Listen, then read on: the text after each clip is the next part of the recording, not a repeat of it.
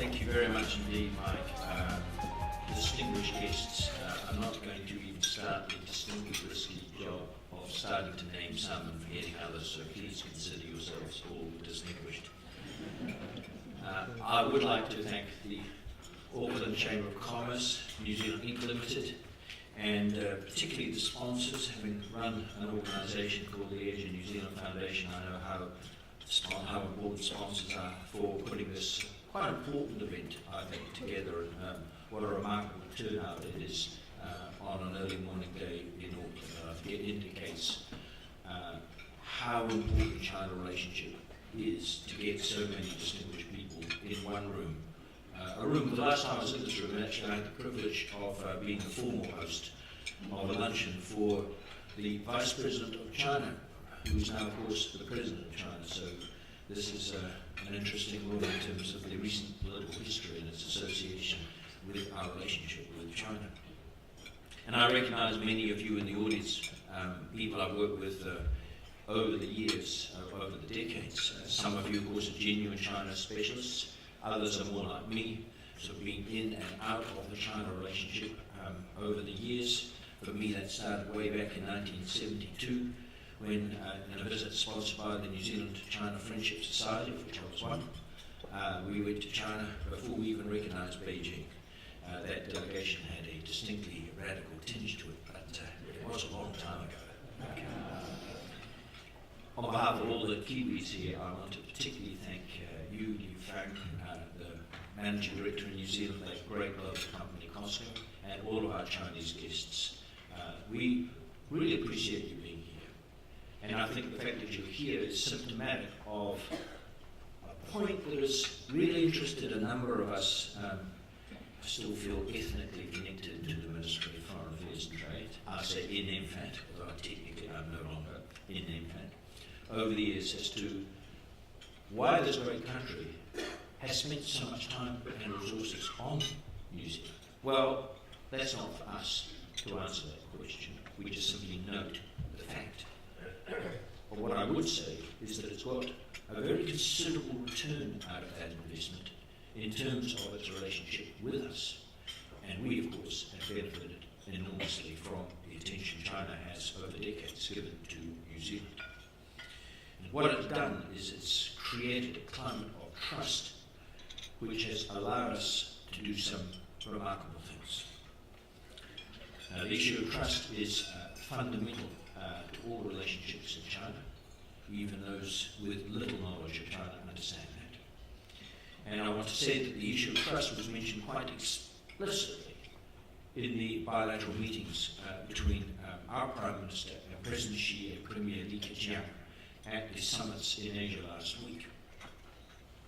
And that climate of trust has allowed us to do some novel, otherwise obviously controversial things, such as being the first country to negotiate a comprehensive economic cooperation agreement with Chinese Taipei.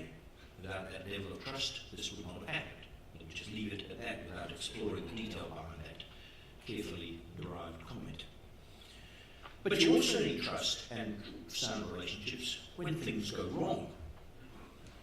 And I've said to a number of distinguished Chinese leaders, whether ministers or officials, senior officials, that with respect to trade, we have to understand that as two countries increase their trade, it is almost inevitable that the scope for trade frictions, for trade disputes, differences in interpretation will occur.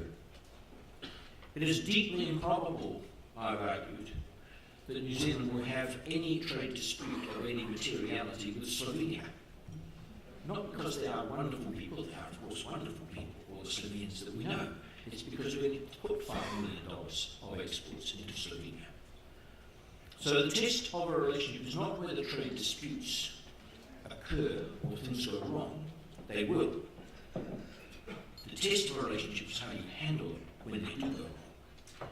And this has been tested in recent months, as has already been alluded to by Frank, in describing why the subtitle of this summit is a wake-up call. Now we, New Zealand, I can no longer say in this room New Zealand Inc., because that would be probably a breach of Fran's intellectual property, but you know what I mean. New Zealand Link Unlimited, as opposed to New Zealand Link Limited. How outrageous you stealing that name. You're not a New Zealand patent troll, are you, in your spare time? We will learn lessons from this. Make no mistake about this. But as we draw lessons, and this will be a progressive, iterative process, I think we should have complete confidence that we will get back to exactly where we want to be, precisely because of the sound political relationships and trust and other relationships underlining the New Zealand-China relationship. And essentially, you could not have written, if I had been able to write the script for the Chinese president in his bilateral meeting with China, I could not have done better than the words that he used when he said, this is a matter on the public record, well, the English translation, of course, I'm listening to, he said, and I quote, Fonterra and the government have adopted a positive and responsible approach, unquote. That's a very good base for us now to work from. And I can assure you that representing one of the two actors in that statement, the government, I speak for Fonterra, they know exactly, of course, where they stand, we will not misinterpret that statement. We do not take that statement as a statement of complacency. Oh, she'll be right, then. No. We know that there are important questions that remain in the minds of our Chinese customers, in the minds of Chinese agencies, and we will work through those issues. So it's not that we're going to take this as a statement of complacency, but it does give us every reason for confidence that we can work our way systematically through these issues. Now, this will take time. And I recall in an very early TV, I think it was actually the first time anyone from the government spoke on this WPC incident, as we now call it. It was on television, and I was being under pressure, quite legitimate pressure, of course, from the media. And I remember saying, look, because I was being asked to jump to conclusions, look, when you're in a swamp fighting with a crocodile, you don't really want to listen to advice, however well-intentioned it may be, that you should have drained the swamp. So I still stick to that position. I think, look, I'm not trying to present myself as a policy wonk equivalent to Crocodile Dundee here, but we are more or less on top of the alligator, so to speak. And we're getting to the point where we might start to survey the riparian surrounds of the swamp. But we'll still be very careful about drawing the line under what conclusions we should draw from this incident in terms of specifics until we've received the full set of inquiries on this matter. Now, intuitively, I don't think we're going to collectively think at the end of this we need to drain the swamp. We have, after all, a food safety system, quality of foodstuffs, that is the envy of the world. We should never back down on that statement. But we need to be ready for changes, and we've already seen, Teo in the audience, what changes you've already started to implement, and no doubt you'll be outlining your management philosophy on this. So I know where you stand on this matter, and that's the same space as the government. We're ready to make changes. Just want to get all the facts before we make conclusions. That's all. I do have some general points I want to come to in my comments on some lessons that are more general rather than specific to the issues surrounding the WPC incident.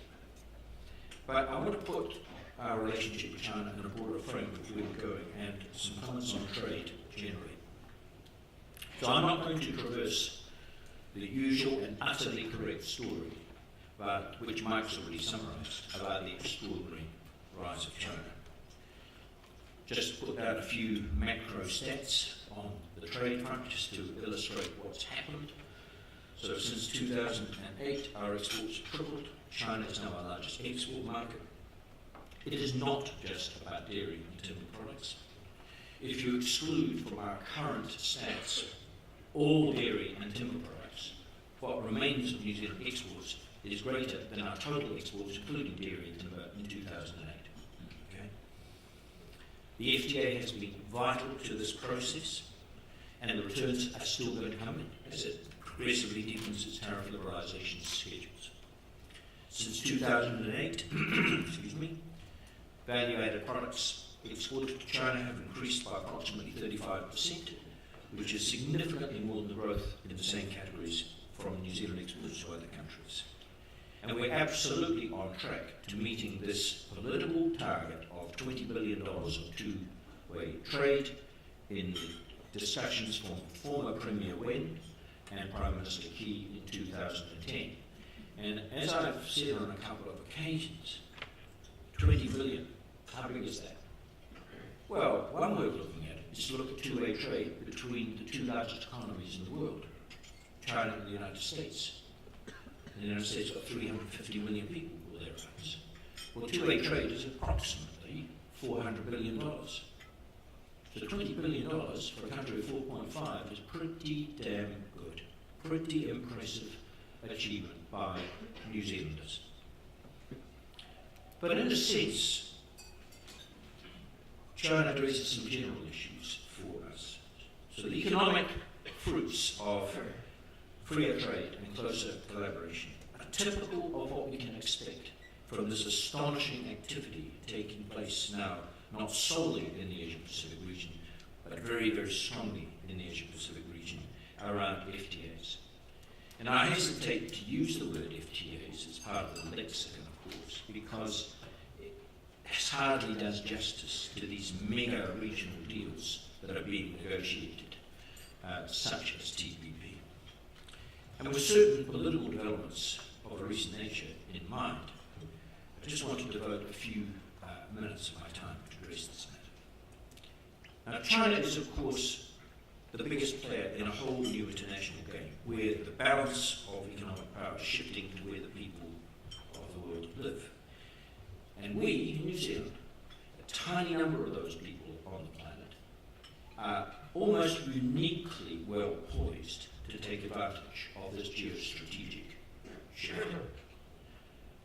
And the old phrase, "you ain't seen nothing yet," applies here. So we're at the early stages, actually, of what a group of distinguished academics at the Peterson Institute for International Economics calls the hyper-globalization of trade and its future. Our embassy in Washington, led by Mike Moore, of course, former Labour Prime Minister, has excellent links with this policy-oriented and centrist think tanks, and I've frequently been involved in their seminars and discussions. Now, in some corners of New Zealand, the word globalization evokes fear and anguish. God knows what the word hyper-globalization is going to do to their minds. Rona, give me the political tranquilizers. I think hyper-globalization has just landed in New Zealand. But whether we call it globalization or hyper-globalization, this is not a disease that you catch. It's a choice that you make. Nor is it a choice that political parties can make and elude themselves that settles for New Zealanders. Because this world that we're describing is a world of unparalleled choice and opportunity, including the mobility not just of capital, but of labour and above all of ideas. So transport and information costs have come rattling down, leading to an extraordinary slicing and dicing of the global value chain that we are just beginning now to perceive correctly. And we, New Zealand, we need to be part of that deal. No question about it. And digitisation is influencing everything. I'm even thinking of the phenomenon of 3D printing in terms of manufacturing. So there's unparalleled choice, location choice around this. And I think it's exciting, and I'm absolutely convinced that this whole process can enhance our own sense of identity, not detract from it, and facilitate our own specific emergence of our own culture. Now this is, I repeat, a great little country in New Zealand with an astonishing future ahead of it, given the very issues driving this process of hyper-globalization.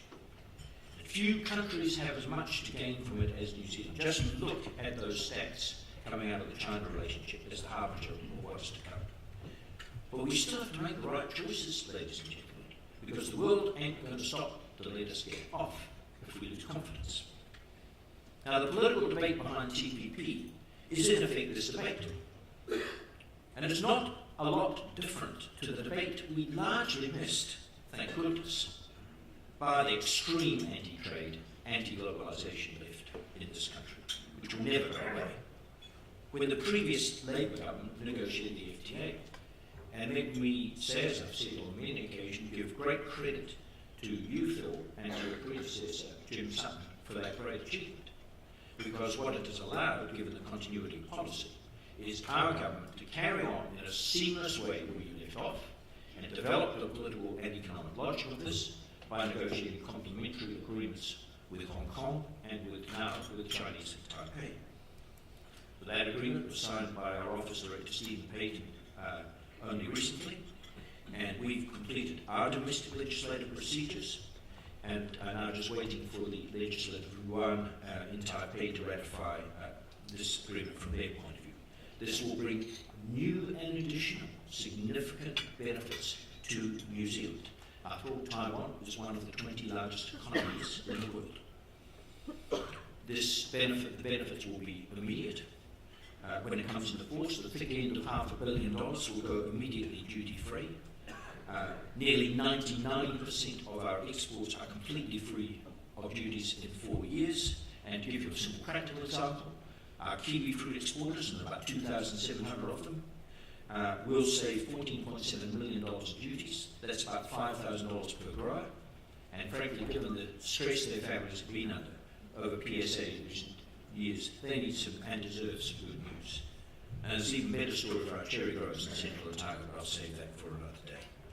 So beyond these immediate gains for our country in terms of foreign exchange, in terms of having to borrow less money to support our standard of living in this country, to support jobs in this country, there are also strategic gains from, as I put it, having this unique relationship with these three centres of Chinese economic power, most important of all, Beijing by a country mile, and then Hong Kong, and now Chinese Taipei. And I'd like to give credit here, quite where you're sitting, to Charles Finney, who was my deputy in the original Singapore New Zealand FTA, the foundation stone of B4, and therefore of TPP, for doing an outstanding job in leading that negotiation for New Zealand. Thank you very much, Charles, for that contribution. I'm also a huge personal supporter, I know many of you are too, of Māori economic development and Māori trade. And I'm particularly proud of the fact that this new economic cooperation agreement is the first agreement of its type in the world to contain a chapter on Indigenous economic development. And given the ancient genetic and cultural links between our respective Indigenous peoples, this is entirely appropriate. So on every count, we've achieved as New Zealand, can't any longer say New Zealand because of France's trolling of the patent, a unique opportunity. And it's happened because this country has a joined-up approach to this, has pushed aside the naysayers, and has a coherent and realistic strategy with broad buy-back from the political process. And I've just come back from, I went after the summits to Melbourne and to Canberra to meet my Australian counterparts, the new Australian Minister of Climate Change, new Minister of Trade, and Julie Bishop, Minister of Foreign Affairs, because she has carriage of the international aspects of climate change. But I also met a series of agriculture and industry lobbies, and let me be diplomatic, I'll just put it simply. They would give their back teeth to be in the position New Zealand's in. Now, TPP is just as big an opportunity, probably bigger, for New Zealand. And this is a very important point. It may turn out to be quite wrong to even make that comparison. You see, there are increasing signs, and this will sound political heresy to the so-called China realists, a phrase I regard as a euphemism for what are actually old Cold War warriors who continue to parley this nonsense that New Zealand and Australia have to choose between China and the United States. We do not. Of increasingly positive Chinese attitudes towards TPP. So maybe my comparison will turn out to be inappropriate in the long run. Now, I'm not signaling here any decision by China, of course, to apply to join TPP. This is not actually a debate about that, because that's part of a debate about are we ready now to expand the TPP negotiation beyond the existing 12? Well, as I read it, no decision's been taken. This is completely impossible. Nobody is going to now come in as we seek to close the deal. Whether we get it is another matter. I don't wish to go into TPP at that level of detail here. But in the long run, given that TPP is intended to be a building block for a comprehensive trade and investment integration in the whole of the Asia Pacific, then by definition, either TPP or some parallel process, such as RCEP, or some other iteration of this convergence of trade and investment will need to involve China. That's the vision. That's what we have in mind as we negotiate TPP. And some people in this country think New Zealand shouldn't be part of it. Frankly, it beggars belief, is what I say. Now, China and speed bumps. Now, I will stick to my view that we should not draw a line under the specific lessons we should draw from the WPC incident and the meat certification issue and some other related issues of recent times. But I think we can draw some general lessons already before we have those inquiries in place. And I think the first of them, it really is, it's not entirely an original observation, but we've been in some respects victims of our own success. There's no doubt in my mind. You've heard the stats about our general exports. I mean, to me, the extraordinary stat, detailed stat, is that our sheep meat exports have gone, in 12 months, have gone from under 250 million to over 550 million. And Sir Graham Harrison, I think, is going to be one of the speakers, and he'll probably get up and say, but the real story isn't sheep meat, it's beef. So, this is the speed of this expansion, the success we've had, unquestionably is leading us to go over some speed bumps and pushing us in areas where we are not resourced properly. No doubt about that. And I'm very pleased that the Ministry of Primary Industries, MPI, has already reached the conclusion they have to significantly upgrade the number of their staff. And Mr. McCulley is, of course, looking at impact representation through this lens as we relentlessly increase the momentum of our relationship with China. So whatever the next moves will be precisely, China is a huge and growing part of our future. All government agencies with responsibilities for providing the infrastructure behind our China operation need to be asking themselves the questions. And frankly, they're largely within the province of the chief executive because they're about HR strategy. I'm quite open about this. I've been saying this in private to a number of them for some years, as some people in this audience know. Are you sure you have enough resources? Oh, yes, Minister. Well, I'm sorry, but it doesn't wash. Doesn't wash. And it's not just about the quantum of resources. It's also around long-term strategies about the quality of the people, their language skills, and their China literacy. And it's not just about China either. Now, look, I don't wish to imply that we are hopeless. Far from it. We're extraordinarily successful as a country. And we have pockets of New Zealand where there is deep understanding of this and very well-resourced companies. I had the privilege of leading a trade delegation to Chongqing recently. There were 14 export companies involved, and amongst the 14 companies and the officials with me, I was the sole person who could not speak Mandarin. I was delighted to see this China literacy. So, it's not that we started from scratch here. We just got to see that happen as a more common occurrence. Now, the business lessons, well, I'm not a business person, so let me just, given that ANZ Bank is one of our sponsors, just quote you some few simple points from Mike Smith, Chief Executive, who is one of the most Asia-literate Australasian business figures of my generation. I'm sure he won't mind me drawing on his observation, particularly since his mate is underwriting the seminar. Probably much less critical of intellectual property than New Zealand Inc. is.